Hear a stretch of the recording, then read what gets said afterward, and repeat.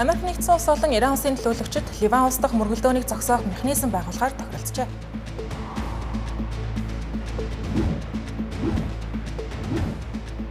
Украиний арми хилээс 2000 гаруй километрийн зайд байрлах Сибирийн газрын тосны үйлдвэрт цохилт өгсөн байна.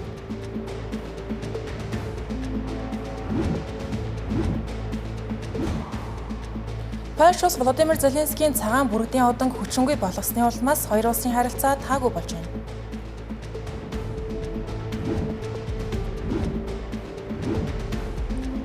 Хятад улс Америк нэгдсэн улсын 46 компани бүтээгдэхүүнийг төрийн үйл ажиллагааны худалдан авалтаас хассан байна. Арамтрыг үзэгчдээ дэлхийд дахин дөрнөж байгаа онцлог мэдээлэлээс таймлан хүрэх гэж байна. Анхаарлаа хандуулна.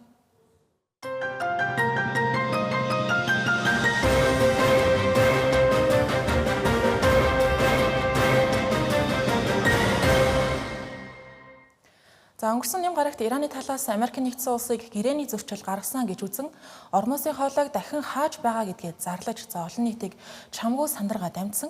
Тэгвэл өнөөдөр үүнээс үл харгалзан дипломат орчинд яриа хэлэлцээ амжилттай үргэлжилж байна. Америк нэгдсэн улс болон Ираны төлөөлөгчид Швейцарт техникийн яриа хэлэлцээг эхлүүлсэн байгаа. Өнөөдрийн уулзалтын үеэр эцсийн энхийн гэрээ байгуулах чиглэлд томоохон ахиц гаргасан гэж зууршлагч орнууд болох Пакистан болон Катар улсын хамтарсан мэдээлэл гарсан байгаа юм. Энэхүү мэдээлэлд хэлэлцээ эерэг бүтээлч уур амьсгалтай өрнөсөн. Ирэх 60 хоногийн дотор эцсийн тохиролцоонд хүрэх суур нөхцөл бүрдэж эхэлсэн гэсэн байна. Өнгөрсөн 7 хоногт байгуулсан харилцан ойлголцлын санал бичигт тулгуурлан хэлэлцээний явцыг улс төрийн түвшинд хянах хороо байгуулахаар тохиролцсон байна. Цаашид гол хэлэлцээнд оролцож байгаа хүмүүс энэхүү хороонд тогтмол ажлаа тайлагнаж цөмийн хөтөлбөр хориг арга хэмжээ бусад маргаан шийдвэрлэх асуудлуудаар ажиллах тусгай ажлын хэсгүүдийг удирдах юм байна. Хэлэлцээний дараагийн хамгийн чухал үр дүнгийн нэг нь Ливан дахь мөргөлдөөнийг бүрэн зогсоох зорилготой 3 талт ажлын хэсэг мөн байгуулахаар тохиролцсон үйл явдал байлаа. Америк нэгдсэн улс болон Иран улс Ливан улсын төлөөлөл оролцох энэхүү мөргөлдөөнөөс сэргийлэх зорилготой ажлын хэсэг нь Пакистан, Катар улсын зуршилтаагаар байгуулагдаж байгаа юм байна. Зорилго нь Израиль Хезболлах бүлэглэлийн хооронд үргэлжилж байгаа мөргөлдөөнийг хянах гол харилцаа холбооны сувг болох юм. Иран улсын гадаад хэргийн сайд Аббас Арагчи энэхүү механизмыг шинэ тохиролцооны анхны бодит үр дүн энэ хэр ажиллахаас хамаарч дараагийн яриа хэлэлцээний үр дүн тодорхойлогдно гэдэг хэлж байна.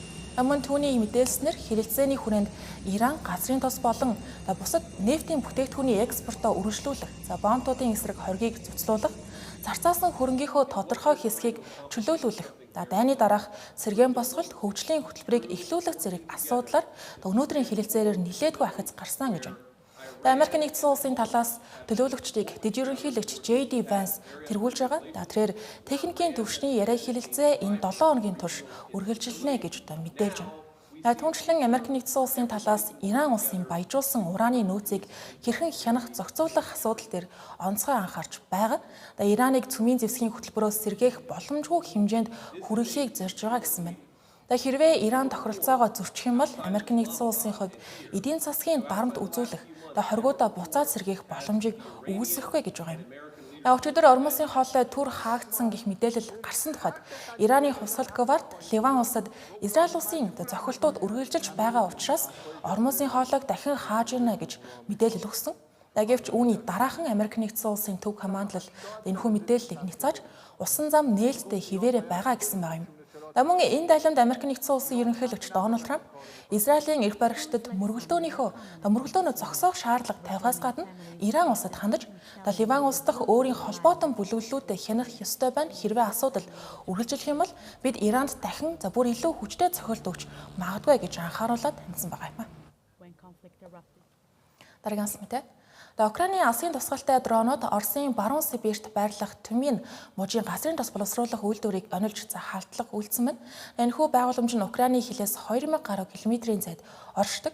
Украиний армийн хувьд энэ байгууламжид дрон хүрсэн байгаа нь Орос улбаны улсын газар нутгийн гүнд хийсэн цохилтуудаас хамгийн хол зайтад нь тооцогдож байна. Орон нутгийн оршин суугчдын мэдээлж байгаагаар үйлдвэрийн орчимд 2 хүчтэй дэлбэрэлт болсон гэж байна.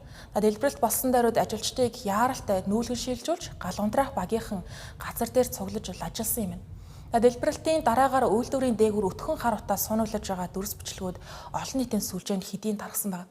Украин улсын ерөнхийлөгч Володимир Зеленский энэхүү цохилтын талаар цохилт амжилттай болсон Украин шинэ үеийн алсын тусгалтай дрон бүтээж байгаа Оросын нутаг дэвсгэрийн 3000 гаруй километрийн гүндэж гисэн хүрэх боломжтой гэсэн мэдээллийг хийсэн байгаа юм. Харин цохилтонд өртсөн гэж байгаа Тюмень мужийн захирагч Александр Мор Украины довтлогоог Оросын агаарын довтлогооноос хамгаалах систем амжилттай няцааж чадсан үйлдвэрт ноцтой хохирол учраагүй гэж байна. Энэ мэтчлэн сүүлийн үед Украины айрам Орос улбаны улсын газрын тосны чухал байгууламжууд руу товтлох нь огцом нэмэгдэж байгаа. Тухайлбал Тюмень мужид нь Оросын газрын тосны үйлдвэрлэлийн хамгийн чухал төвүүдийн нэг. Дог мужийн үйлдвэрч жилдээ ойролцоогоор 8 сая тонн газрын тос боловсруулах хүчин чадалтай, жил бүр 6 сая орчим тонн түүхий тос боловсруулж 500 мянган тонн бензин 2.5 сая тонн дизель түвш үйлдвэрлэдэг юм байна. Тюмень мужаас гадна Украины айрам мөн Кремийн хоогдох газрын тос байгалийнхын байгууламжуудыг онисон тухай мэдээлүүд мөн гарч байгаа лээ. Польш улсын ерөнхийлөгч Карол Навроцкий Украин улсын ерөнхийлөгч Володимир Зеленскийд байдаг Польш улсын улс төрийн дээд шагнал болох цагаан бүргэдийн одонг хүчингү болгосны дараагаар хоёр улсын харилцаа тун эмзэг боллоо гэж хэлж болохоор байна. Зөвхөн ерөнхийлөгч Володимир Зеленский төдийгүй одоогийн болон өмнөх үеийн Украины өндөр албан тушаалтнууд өөрсдөд нь олгосон Польшийн төрийн одон медалуудыг буцаан өгөхөө ээлж дараалан зарлаж эхлэх байгаа юм. Маргаан хэрхэн эхэлсэн тухайд өнгөрсөн 5 дугаар сарын сүүлээр ерөнхийлөгч Володимир Зеленский Украины тусгай ажиллагааны хүчний нэг ангийг дэлхийн 2 дугаар дайны үед ашиглагдаж байсан нацист Герман, Польшийн партизануудтай Украины тусгаар тогтнолын төлөө тулалдаж байсан Украины босгогчдын армийн нэрэмжит болон өөрчлөх зарлиг гаргасан юм байна. Украины хувьд энэхүү армийн үндэсний тусгаар тогтнолын бэлэг тэмдэг гэгддэг. Харин Польшийн хувьд эсрэгээрээ энэ армийн зэргүүд 1943-аас 1945 онд Волын мужид олон мянган Польш иргэнийг хөнөөсөн гэгддэг учраас маш муу нэртэй гэсэн үг. Тиймдээ ч Володимир Зеленскийн энэхүү шийдвэр Варшаваас хүчтэй шүүмжлэл дагуулсан байна. Ерөнхийлөгч Навроцкий Зеленскийг хоёр ард түмний харилцаанд сөргөөр нөлөөлөхөз алхам хийлээ гэж үзэн цагаан бүргэдийн одонг Зеленскийн нэрийг энэхүү одонгоос хасах шийдвэр гаргасан юм байна. Хариуд нь Володимир Зеленский одонг Польш руу буцаан илгээж байгаагаа олон нийтийн сүлжээгээр зарласан. Ихтэй шагналынхаа зургийг мөн нийтэлж, нийтлэлдээ энэ шагналыг бид Украины ард түмэн болон эх орноо хамгаалж байгаа цэргүүдэд зориулсан хүндэтгэл гэж ойлгож байсан. Гэхдээ бид Польшийн ард түмний дэмжлэг хамтын ажиллагаанд үргэлж талархсан хിവэрэ байна гэж бичсэн байгаа юм. Гэхдээ маргаан бол үүгээр дуусаагүй. Украины гадаад хэргийн сайд Андрей Сибиха өөрт нь олгосон Польшийн төрийн одонгоо мөн буцааж өгөхөө зарласан. Үүний араас ерөнхийлөгчийн тамгын газрын дарга Кирилл Буданов, Польш дахь Украины элчин сайд Василь Боднар нар мөн адил шийдвэр гаргасан байгаа юм. Түүнчлэн Украин улсын 2, 3, 5 дахь ерөнхийлөгч нар болох Леонид Кучма, Виктор Ющенко, Петр Порошенко нар цагаан бүрдийн одонгоо мөн буцаахаар болсон байна. Энэхүү нөхцөл байдлаас болж хоёр орны харилцаанд ан цав үүсгүй гэдэг томоохон асуулт гарч ирнэ. Польш улс нь 2022 онд Орос Украины хооронд дайн ихснээс хойш Украины хамгийн ойрын холбоотнуудын нэг болсон байна. Польш улс нь олон зуун мянган дөрвөгчийг дайны үеэр хүлээн авсан. Түүнчлэн барууны орнуудын цэрэг хүмүүлийн тусламжийг Украин улс руу хүргэх гол логистикийн төв болсон юм байна. Хэрвээ энэхүү маргаан хоёр улсын стратегийн түншлэлд сөргөөр нөлөөлөх юм бол энэ мэдээж Украин улсын хувьд хүсэх зүйл биш. Одоогийн байдлаар Польш улсын ерөнхий сайд Дональд Туск асуудлыг хурцлахгүй байхыг уриалж байна.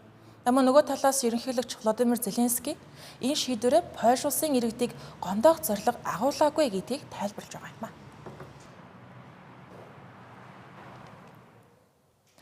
Хятад улс Америк нэгдсэн улсын 46 компани үйлдвэрлэсэн бүтээгдэхүүнийг төрийн худалдан авалтанд ашиглахыг хориглолоо. Тодорхойлбол Хятадын сангийн амнаас гаргасан шинэ журмын дагуу төрийн байгууллагууд болон төсвийн хөрөнгөөр худалдан авалт хийдэг нэгжүүд жагсаалтанд нэмэгдсэн Америк нэгдсэн улсын компаниудын бүтээгдэхүүнийг цаашид худалдан авах боломжгүй болж байна гэсэн үг.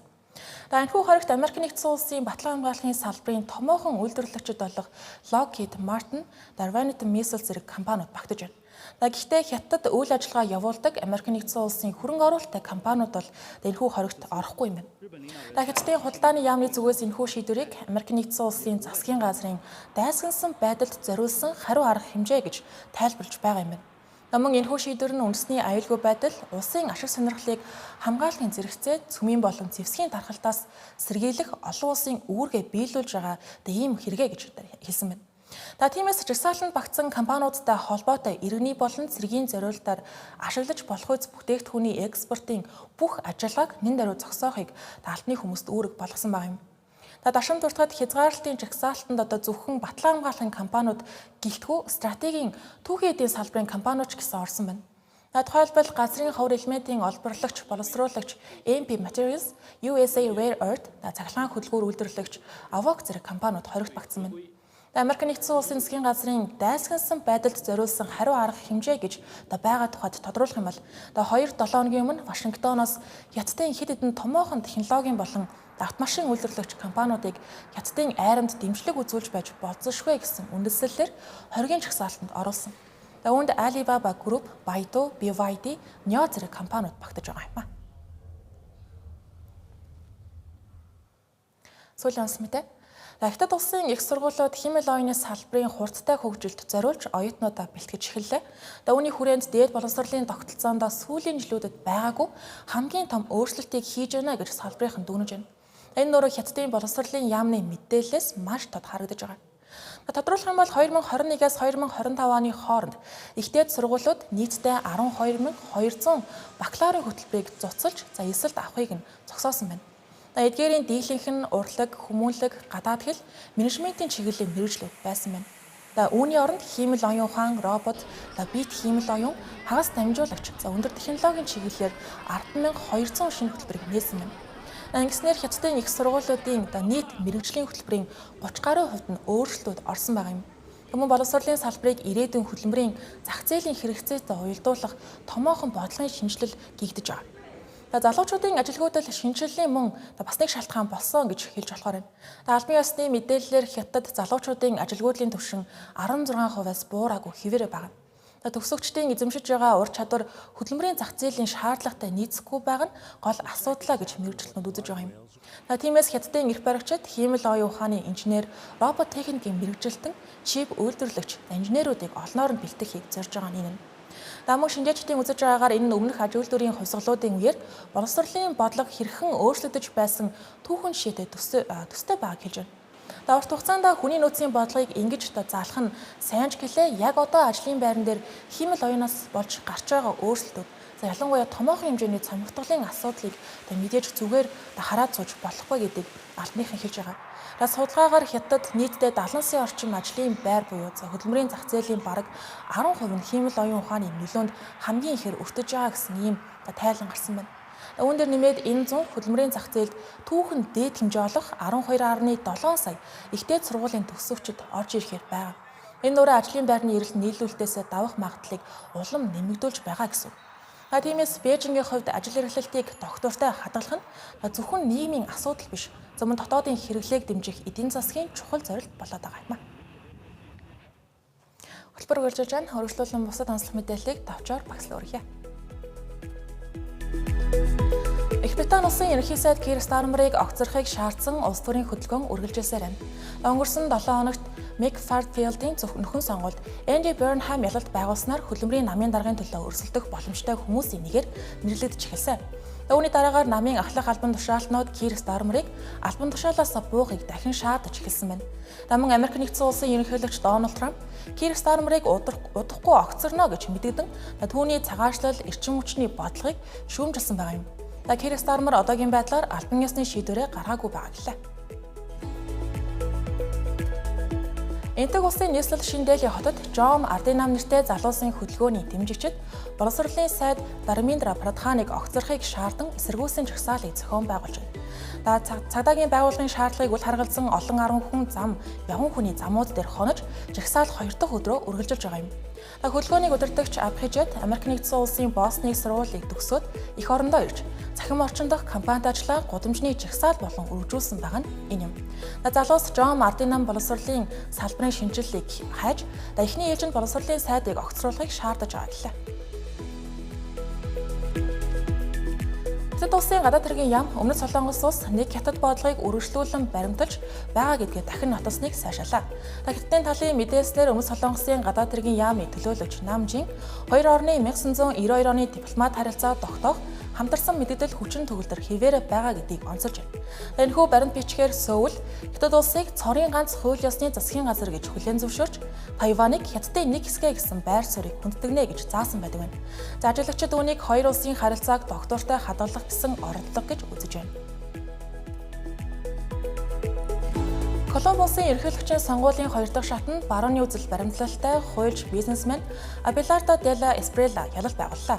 Дуртажсан дүнгээр нийт саналын 49.66% буюу 1296 сая саналыг авч өрсөлдөгч сенатор Иванас 250 мянга гаруй саналаар илүүрсэн байна.